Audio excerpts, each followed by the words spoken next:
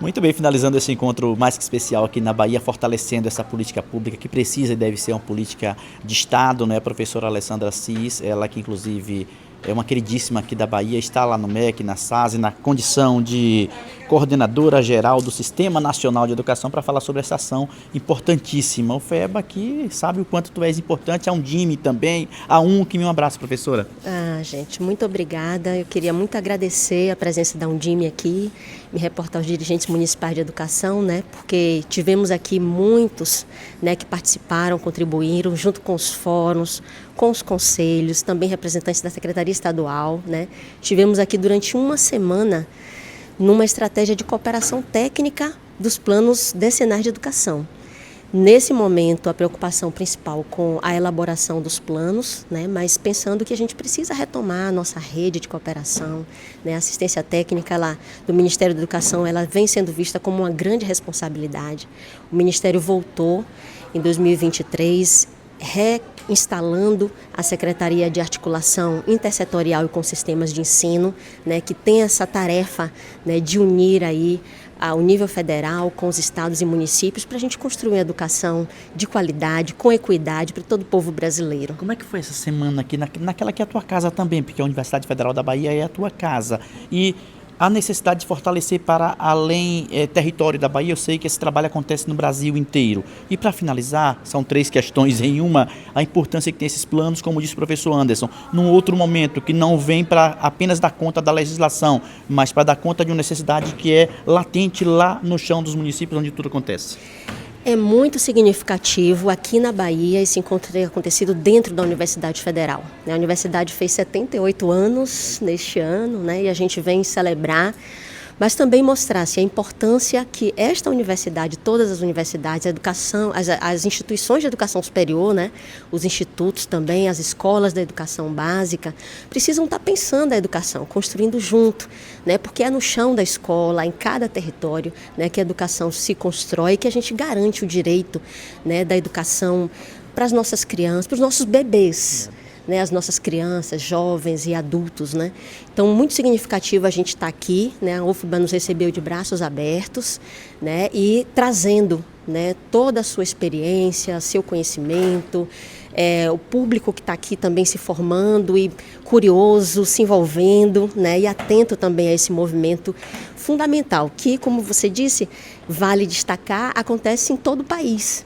Né, um movimento que ele começou, se a gente fosse voltar, né, para pensar, né, esse ciclo do PNE mais recente, em 2023, né, o governo assumiu esse compromisso, né, o plano vem sendo em 2024, a década, né, mas que a gente pudesse apresentar ao país um novo plano de educação. Ao mesmo tempo, um instrumento, pela importância que ele tem como política de Estado, que ele pudesse ser construído coletivamente, né, com a participação de toda a sociedade. Então, não foi possível apresentar, né, de imediato, porque precisava de um processo de construção, né? Então, o governo federal retomou o Fórum Nacional de Educação, convocou uma conferência nacional extraordinária de educação. A Bahia contribuiu, né, com a maior conferência estadual, né, do país, discutindo o texto, elegendo delegados que foram para Brasília. Delegações lá em Brasília, maiores, né, delegações em Brasília, não só em quantidade, mas em qualidade, né, de apropriação desse debate sobre as políticas públicas que aqui se cria, né, que aqui se desenvolve. Então é um movimento nessa etapa, né, de uma discussão em cada estado, né, apresentando como o PNE, o Plano Nacional, foi elaborado, compartilhando essa metodologia, conceitos que são fundamentais, né, a importância de unir os diferentes atores que podem contribuir, né, de uma forma bastante qualificada com esse debate, todos os segmentos da educação, todos os responsáveis legais, né? E aí a gente destaca muito o papel do próprio Poder Executivo, né?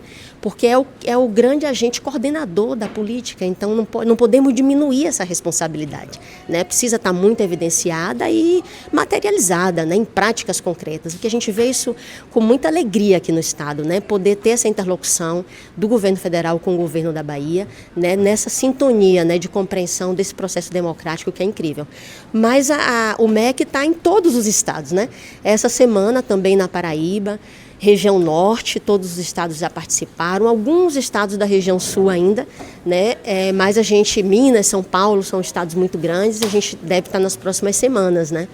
E o intuito é esse, né? A gente fazer do processo de planejamento decenal da educação do nosso país um movimento que não para, não pode parar, né? Precisa ser contínuo, precisa ser conduzido com muita seriedade, com muito rigor, né? Com muita evidência científica, né? Que compreenda as diversas realidades do país, né? Conversando com cada território, mas também usando a pesquisa, usando os dados oficiais que são produzidos para que a gente compreenda. E aí em cada estado é esse o trabalho, né, de trazer uma discussão conceitual, metodológica, né, e um processo que integra diferentes atores, né, que traz legitimidade, né, e abre uma expectativa de efetividade dessa discussão, porque a gente vai conversar sobre cada problema, né? Falamos aqui essa semana sobre educação infantil, desde a creche, né?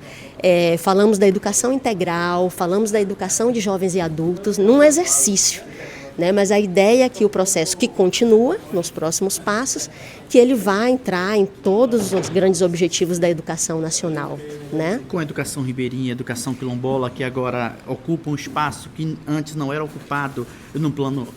Tem um atendimento que não era preconizado no plano anterior. Sim, e a educação dos povos itinerantes, a educação indígena, originários, né, educação prisional.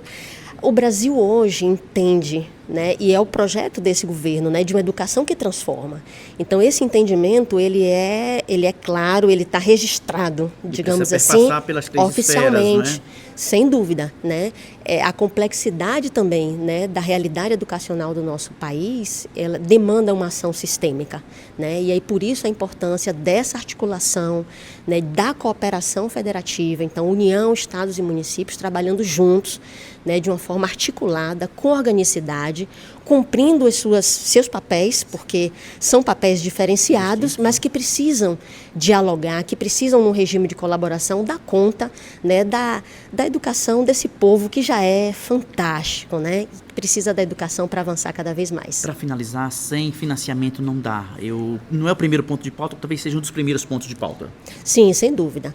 A proposta apresentada pelo presidente Lula ao Congresso Nacional para a próxima década, né, do novo Plano Nacional de Educação, tem no financiamento um dos seus aspectos cruciais, né? Não só em relação ao aporte de recurso, isso já é muito importante, porque a gente sabe que o recurso da educação ele é muitas vezes, né, objeto de muita disputa, de muita crítica até, né, a vinculação disso através da nossa Constituição, da obrigatoriedade, né, de cada ente federativo, mas também o como utilizar, né? Como esse recurso é executado, recursos, né? Exatamente, para que ele seja de fato direcionado para a educação pública, garanta, né, o direito à educação de todas as pessoas com qualidade e com equidade. Então o financiamento ele é fundamental, ele não pode ser assunto de economistas apenas, né? Então essa dimensão da participação social no controle, né, tanto do planejamento do recurso como do uso do recurso. Aí o plano decenal precisa estar articulado a um plano executivo, ao PPA, né, a LOA, aos, né, projetos de lei de orçamento, lei orçamentária e todos os dispositivos que a gente tenha, né, para tornar concreta, né, a realização, a execução das metas e estratégias. Os planos plurianuais, enfim, dentre tantos outros. Professora doutora Alessandra Assis, representante da Bahia lá no MEC, na SAS, essa secretaria que retomou aí essas discussões no país inteiro. Mais uma vez, muito obrigado. Colocar um Undime Bahia inteiro à disposição sempre, viu? Nossa, nós aqui agradecemos muitíssimo, né? A experiência da Undime Bahia, na verdade, inspira, né, outros estados pela articulação potente que é construída aqui, muito dialógica, muito democrática e horizontal, entre os municípios, dos municípios com o Estado, né, e também qualificando a atuação da Undime Nacional lá no Plano Central, né? Assim seja. Então, parabéns pelo trabalho e a gente agradece demais a contribuição e a presença de vocês. Nós seguimos juntos, como sempre, com os pés no chão e o coração onde for preciso.